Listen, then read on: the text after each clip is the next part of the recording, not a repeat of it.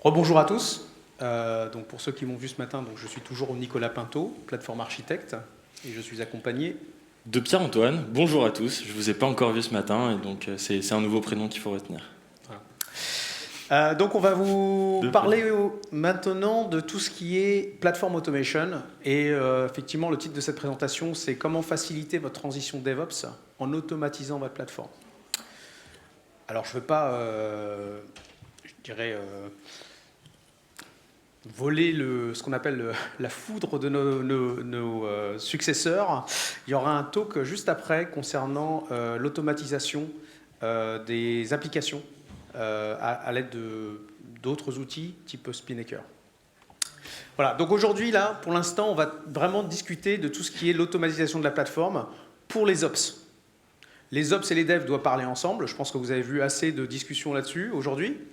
Néanmoins, pour que tout le monde travaille ensemble, il faut aussi qu'ils travaillent à la même vitesse.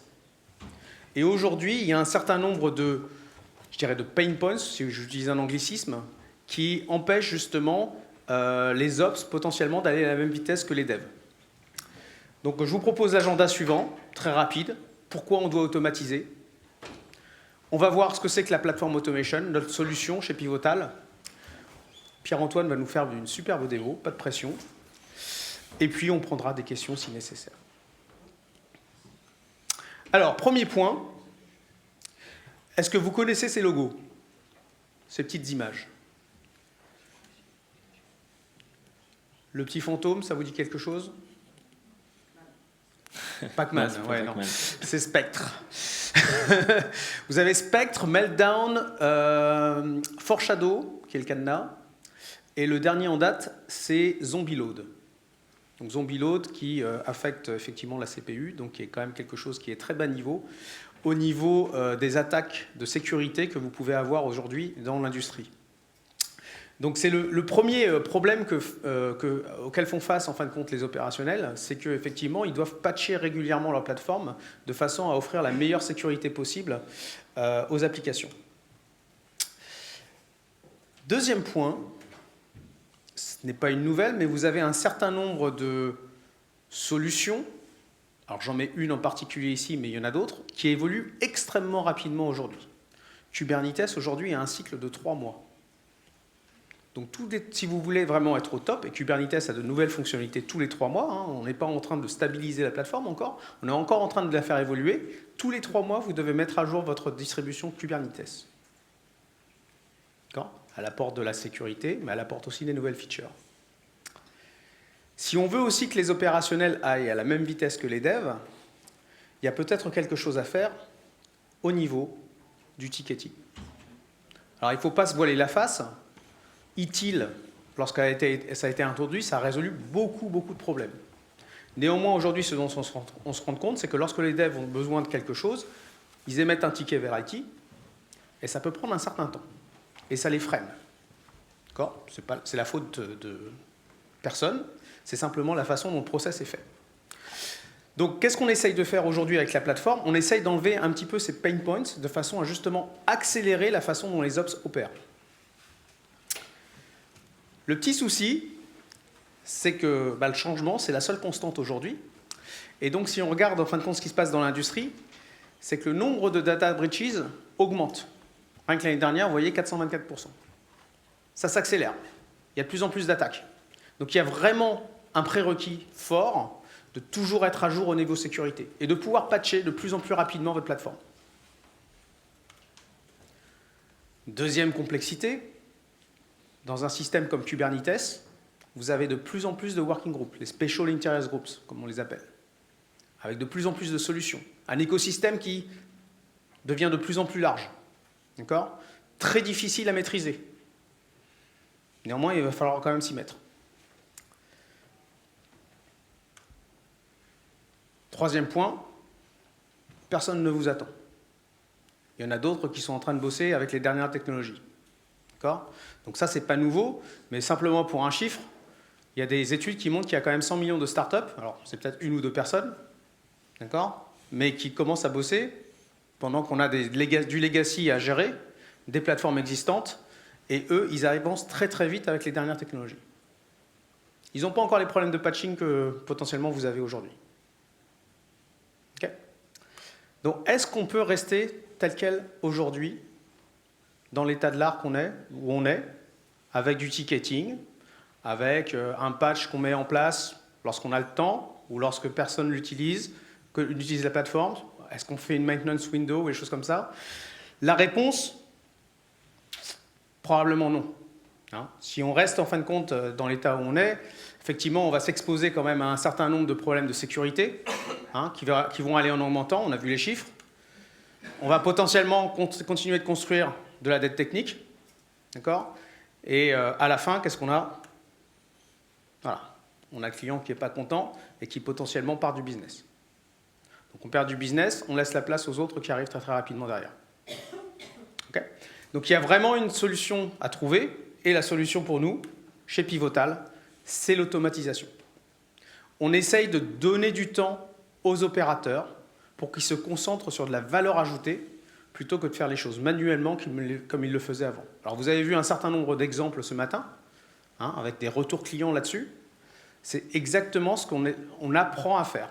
On apprend à nos clients à opérer à la vitesse des devs. Donc qu'est-ce qu'on a comme conception, en fin de compte, de cette automatisation? 3 points essentiels. Le premier, c'est d'avoir des choses connues à tout instant. Infra as code, c'est le maître mot. On est capable d'archiver dans un repo quelconque la version et la configuration de nos environnements. D'accord ? Il est hors de question d'avoir des environnements qui se baladent comme ça, dont on ne connaît pas la configuration. Sinon, on ne sait plus les maintenir.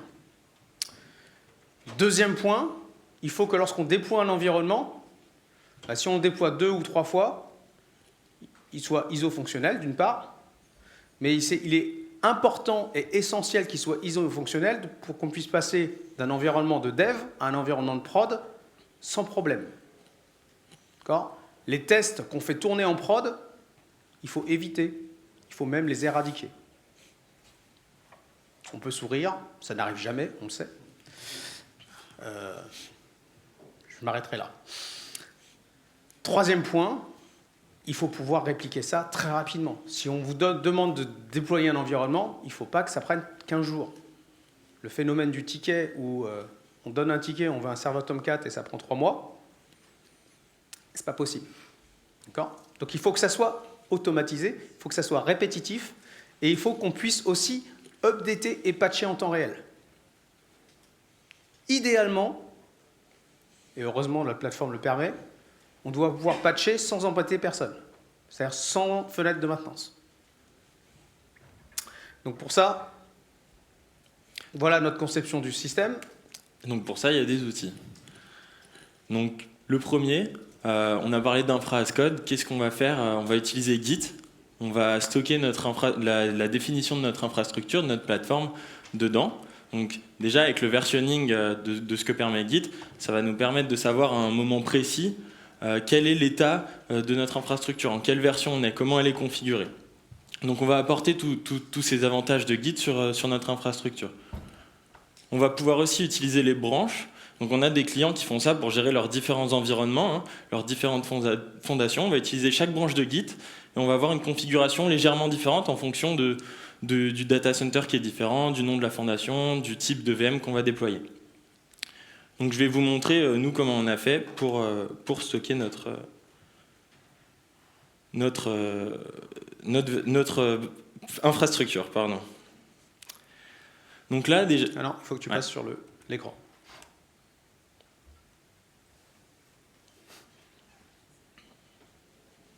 Ok, c'est mieux. Voilà. Donc là déjà on est sur notre plateforme. Donc on voit qu'on a Enterprise PKS qui est installé, donc qui nous permet de faire du Kubernetes, mais on va pas s'étendre là-dessus. On voit que la version, on est en 1.4.0. Et donc en fait, j'ai un répertoire Git donc qui est public, qui est accessible. Vous pouvez aller le voir. Alors il est public parce que bien sûr on va avoir des secrets dans notre configuration, mais on va utiliser Credhub On peut aussi utiliser Vault, il y a des intégrations dans les outils qu'on utilise, on verra juste après, qui permettent de gérer ça. Et donc ça permet de partager la configuration de son infrastructure et de pouvoir la versionner, enfin de la variabiliser en fonction de son environnement. Donc je t'arrête ici, Pierre-Antoine, ça veut dire que si on a deux environnements séparés à déployer, mais avec des variables d'environnement différentes, ils seront identiques, mais simplement déployés sur deux environnements avec les variables qui font la différence. C'est exactement ça. On dirait que c'est pas préparé. Voilà. Et c'est pas préparé. Donc là, voilà, je me suis déplacé, je suis allé dans la configuration de Pivotal Container Service directement.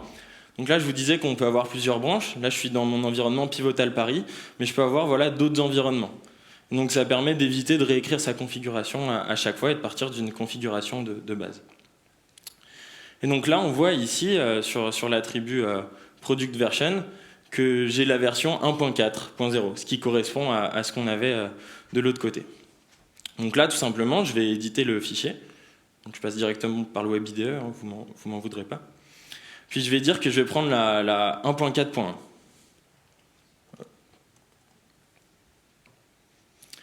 Et donc là, je commit mes changements. Et donc maintenant, je sais que mon infrastructure, elle va être en 1.4.1. Donc si je reviens sur les slides, donc on a vu voilà, comment on versionnait notre infrastructure et comment on allait gérer ça avec de l'infrastructure as code. Maintenant, ce qui est important de comprendre, c'est que là, on vient juste de modifier un fichier Git. Qu'est-ce que ça a fait derrière? Bon, pour l'instant, pas grand-chose. Hein. Mais du coup, il va falloir construire des pipelines. Aujourd'hui, du CI/CD niveau applicatif, hein, comme le disait Nicolas, on connaît. Maintenant, qui c'est qui met à jour de façon continue sa plateforme?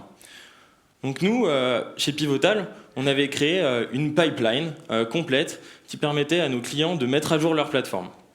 En fait, on s'est rendu compte que cette pipeline, elle marchait pas très bien parce qu'elle était dépendante des environnements du client. On n'a jamais la même configuration chez un client ou chez un autre.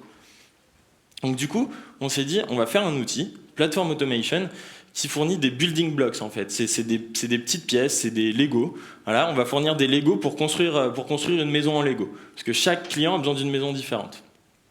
Donc là, on va construire une pipeline avec Platform Automation. Le dernier outil qu'on va utiliser, c'est Concourse.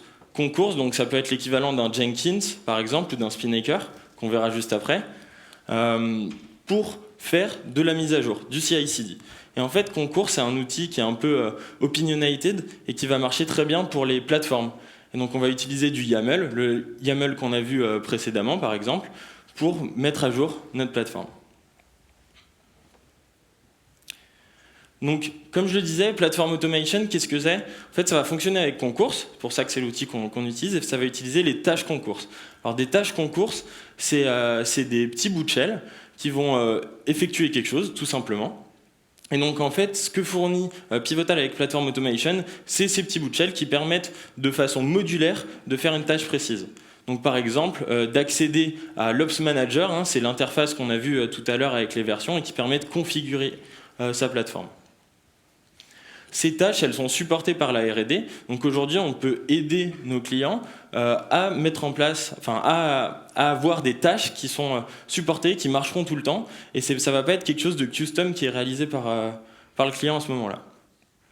Et donc, je vous disais, on avait une pipeline avant qu'on fournissait. Aujourd'hui, on fournit toujours une pipeline de référence sur lesquelles les clients peuvent s'adapter et partir de ça. Donc, on n'est pas non plus perdu.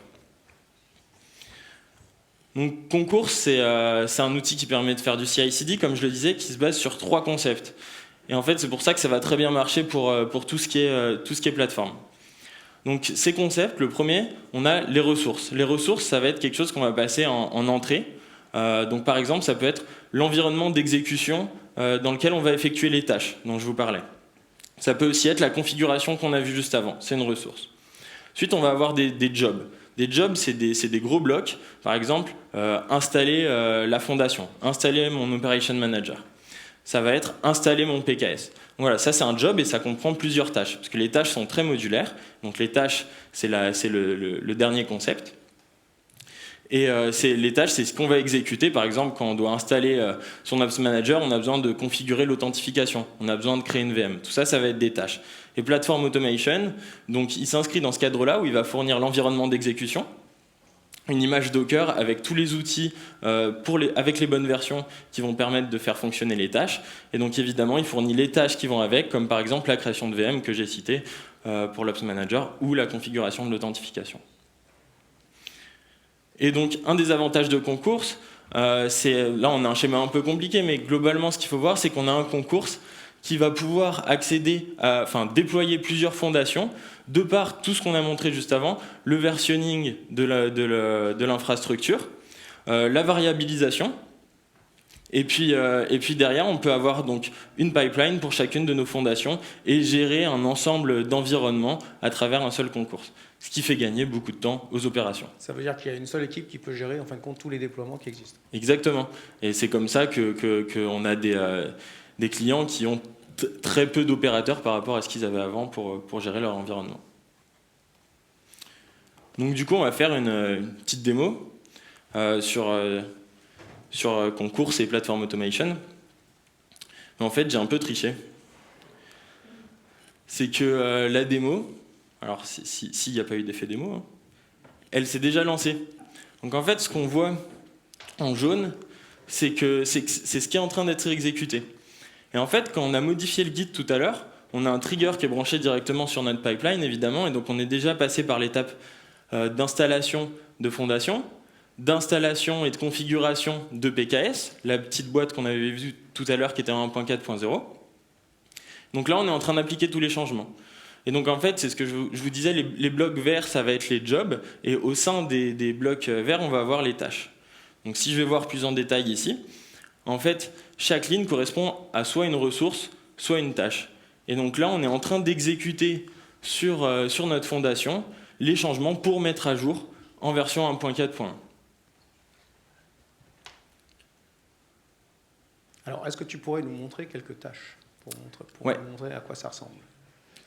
Donc, en fait, cette pipeline, elle s'appelle Install et Upgrade PKS. Elle va d'abord installer la fondation, c'est ce qui va lui permettre d'installer des tiles. Ici, nous, on a géré PKS, on pourrait très bien gérer PAS de la même manière. En entrée, on va avoir toutes les ressources. Donc, on retrouve les tasks de Platform Automation, l'image qui est associée. On va retrouver le fichier de la machine virtuelle qu'on veut installer, et la configuration, ça c'est le Git. Le state, il sert à savoir si ma machine est déjà déployée, pour ne pas la redéployer. Donc ici, là, ça va être la première tâche. CredHub, vous voyez ma souris? Ouais. Alors, peut-être, c'est mieux comme ça. CredHub Interpolate Config, c'est une tâche, par exemple, donc, qui est fournie par Platform Automation. Et ce qu'elle va faire, c'est qu'elle va mettre les variables donc, qui sont stockées dans CredHub, je pourrais avoir Vault à la place, et les mettre dans ma configuration Git que j'avais. Donc là, on voit qu'il change tous les fichiers. Après, donc, il crée la VM, il va gérer l'état, voir si la VM elle est déjà déployée ou pas, ou la mettre à jour s'il a besoin de le faire, configurer l'authentification, et puis après, il va faire les tâches au niveau de Bosch. Donc, bon, voilà les logs qu'on a derrière. Il va installer Bosch qui va nous permettre derrière d'installer PKS. Donc on voit qu'il utilise, tout à l'heure on voyait qu'il y avait la commande OM, il y en a d'autres qui sont inclus dans l'image, ce qui permet de faire toutes les tâches.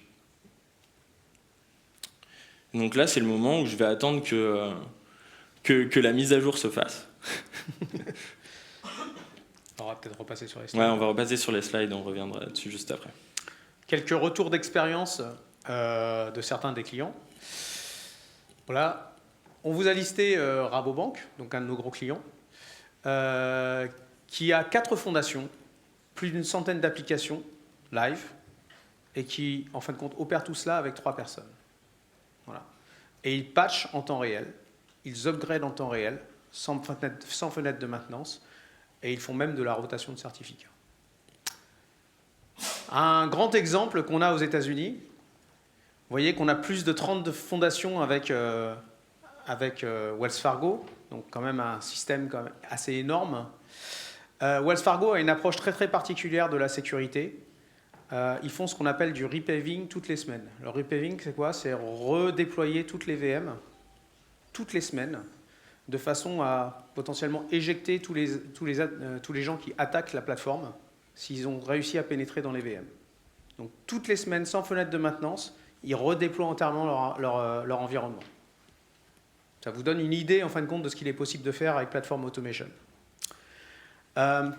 Troisième exemple intéressant aussi, et là je vous ai mis un lien, parce qu'on a un lien de blog, mais il y a aussi pas mal de vidéos sur YouTube qui circulent. C'est Cerner. Et Cerner, en fin de compte, ils utilisent Platform Automation pour toujours être à jour au niveau des dernières versions, en fin de compte, des solutions pivotales, notamment au niveau de leur sandbox, enfin de leur environnement, je dirais, de test. Ils arrivent même, en fin de compte, à être plus à jour que les notifications qu'on leur envoie. C'est-à-dire qu'ils reçoivent les notifications de mise à jour après qu'ils soient mis à jour. Donc ça va, je pense qu'ils font un polling à peu près toutes les 30 minutes du système. Et donc ils sont toujours à la dernière version.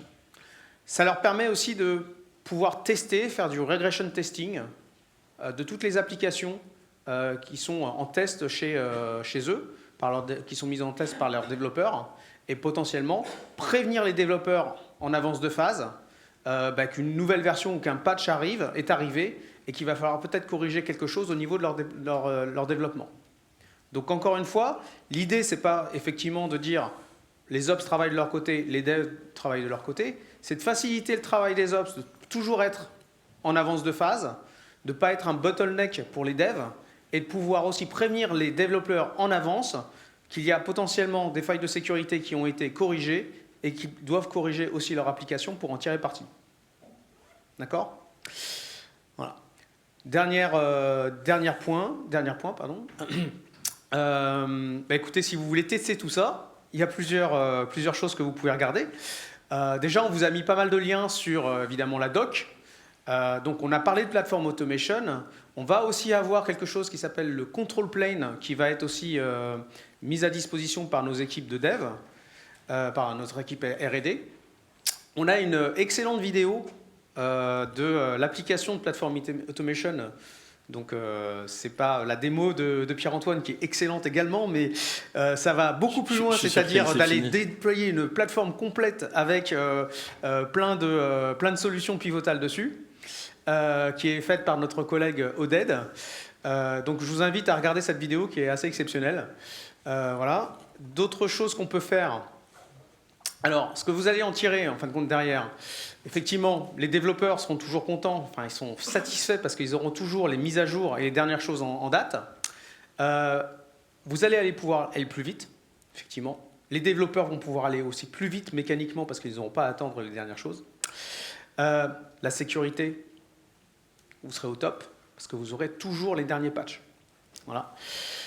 Et puis, une chose quand même qui est à ne pas négliger, c'est que comme on a libéré du temps au niveau des opérateurs, ils vont pouvoir se focaliser sur ce que Michael a potentiellement expliqué juste avant, c'est-à-dire vraiment transitionner vers le DevOps. Travailler avec les devs au déploiement des applications dans l'état de l'art.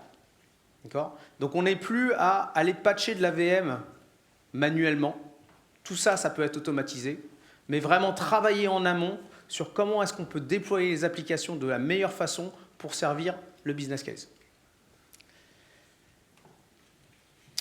Dernier point, évidemment, tout ça, il faut le prendre en main.